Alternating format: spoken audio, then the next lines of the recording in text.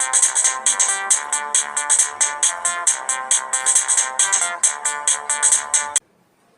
Friends, welcome back. My name is Moin और आज बात करने वाला हूँ इंडियन एजुकेशन सिस्टम के बारे में।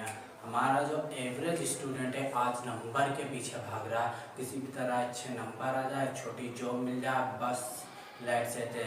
वो एंटरप्रेन्योरशिप बिजनेस के बारे में बात ही नहीं कर रहा, हमें प्रैक्टिकल करने ही नहीं दिया जाता।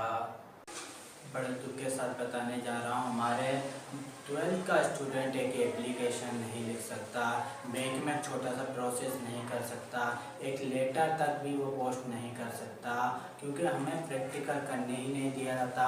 नया आइडिया, नई वेंचर, नए प्रोजेक्ट पर काम ही नहीं कर सकते। हमें बस एक बात सिखाई जाती है, रट लो रट लो रट लो, पास होना है तो रट लो। फिल्म देखे हैं आपने 3 इडियट, वो क्या कहता है, अगर पास होना है तो वही डेफिनेशन लिखो जो डेफिनेशन तुम्हें बताई गई है, हम वही डेफिनेशन पे काम करें, इससे बाहर भी हम नहीं सोच सकते, हमें सोचने ही नहीं दिया जाता। बस वो चतुर की तरह बस रटे जाओ अगर पास होना है तो। एक जब पुलिस कांस्टेबल की भर्ती निकलती है तो उसमें जो फॉर्म भरते हैं वो BA MA ग्रेजुएट स्टूडेंट होते हैं। जब रेलवे की भर्ती निकली तो मेरी बुद्धि चकरा गई। एवरेज जिस जनसंख्या होती है जिस कंट्री की, इतने तो हमारे पास फॉर्म आ जाते हैं। इतना पढ़ा लिखा देश और आज भी अनएम्प्लॉयड से भरा हुआ है। हम एंटरप्रेन्योरशिप बिजनेस के बारे में क्यों नहीं सोचते? क्योंकि हमें ऐसा सोचने ही नहीं, हमें फेल होने ही नहीं दिया जाता। मेरा वीडियो देखा है ना आपने, failure is a option to success.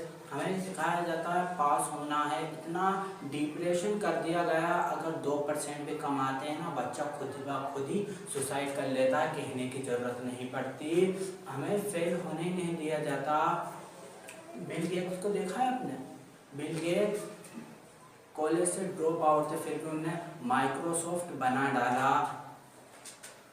Facebook के फाउंडर मार्क जुकरबर्ग जब कॉलेज में ही थे, जब उन्होंने हॉट एंड नॉट नाम की वेबसाइट बना डाली थी, पहली बार में फेल हो गए थे। बताना चाहूँगा, पहली बार में कोई सक्सेस नहीं होता, फेल हुआ। उन्होंने फेलियर से फीडबैक लिया, उसे फीड फॉरवर्ड करा और काम करके आज वर्ल्ड की सबसे बड़ी सोशल साइट फेसबुक ही है। वो भी जब कॉलेज में ही थे, हमें ऐसा करने ही नहीं दिया था। 3 इडियट में all the deadlines was unrealistic. Mr. Lobo, unrealistic project है, हमने बताया था. He's making some nonsense helicopter. तो मेरी recommendation यही है कि आप ट्रेन की reservation मत कीजिए. I'm so sorry.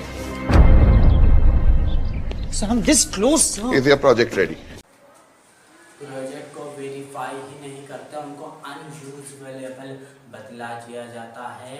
Computer system के नए मॉडल आ गए, पर आज भी कंप्यूटर की पुस्तकें वो बदली नहीं गई है।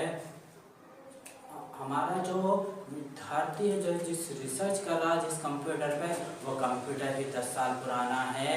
बताते हुए बड़ा दुख हो रहा है, जिसका कॉलेज है उसका बेटा भी उस कॉलेज में नहीं पढ़ता, वो खुद जानता है मेरा कॉलेज कैसा है।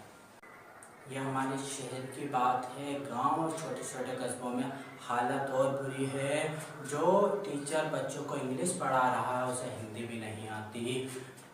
ये इनको बच्चों को छोटे कस्बों में पढ़ाते कौन है? वो स्टूडेंट पढ़ाते हैं तो 10वीं 12वीं में फेल हो चुके होते हैं, उनके पास कोई काम धंधा नहीं होते।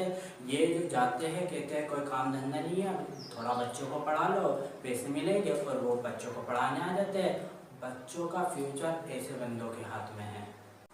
जापान US में जब टीचर अप्लाई के लिए आते हैं उसमें 2 चीज़ें देखी जाती है, एक तो क्लैरिटी, दूसरी एनर्जी।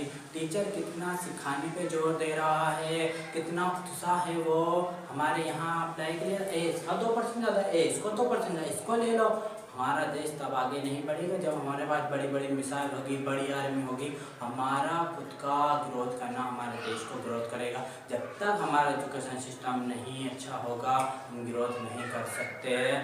एक बार नींव मजबूत है ना, कितनी मंजिलें बनाते जाओ, कोई डर की बात नहीं। अगर एक बार नींव मजबूत नहीं है, जितनी बनाओगे सब गिर जाएगी। इस वीडियो को लाइक करो, शेयर करो और कमेंट